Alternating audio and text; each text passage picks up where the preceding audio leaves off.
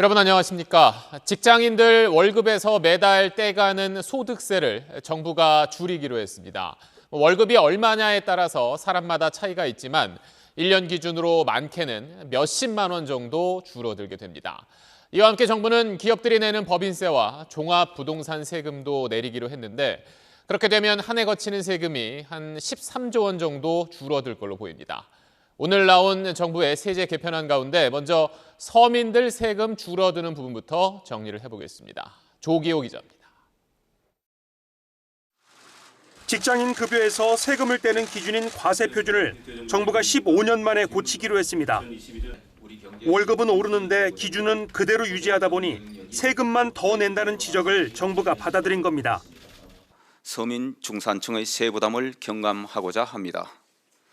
소득세 하위 2개 과세 표준 구간을 상향 조정하여 세부담을 전반적으로 경감하되 6%로 세율이 가장 낮은 저소득층 과표 구간을 1,400만 원으로 확대했습니다.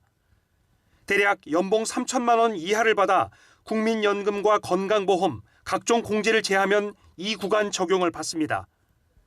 그 위에 15%를 떼는 구간도 현재 4,600만 원 이하에서 5천만 원으로 올립니다. 한국경제연구원의 의뢰에서 새 과표를 적용하면 세금이 얼마나 주는지 따져봤습니다. 현재 1인 가구에서 소득이 중간 정도인 연봉 2,500만 원 직장인은 연간 소득세가 33만 5천 원에서 32만 8천 원으로 줄었습니다. 7천 원 정도 혜택을 본다는 뜻입니다. 연봉이 높을수록 감세폭은 커져서 연봉 5천만 원은 18만 원, 7,800만 원부터는 최고 한도인 54만 원을 덜 내게 됩니다. 중산층의 경우에는 18만 원에서 46만 원으로 그 어느 정도 체감이 되겠지만 저소득층의 경우에는 몇천 원으로 크게 체감이 되지 않을 것으로 예상이 됩니다.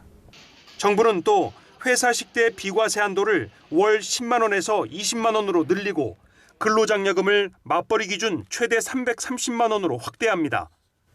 소득공제도 전통시장과 대중교통, 영화나 책값을 다 합쳐서 300만 원까지 추가 공제할 방침입니다.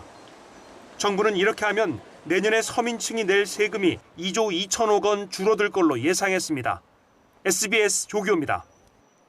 네, 안녕하십니까. 김현우입니다. 더 많은 뉴스와 라이브 이벤트를 보고 싶으시면 화면 오른쪽을 눌러서 구독해 보시길 바라겠습니다. 또 저희 SBS 앱을 다운로드 하시면 속보 알림도 받아보실 수 있습니다. 항상 저희 SBS 뉴스를 시청해 주셔서 대단히 고맙습니다.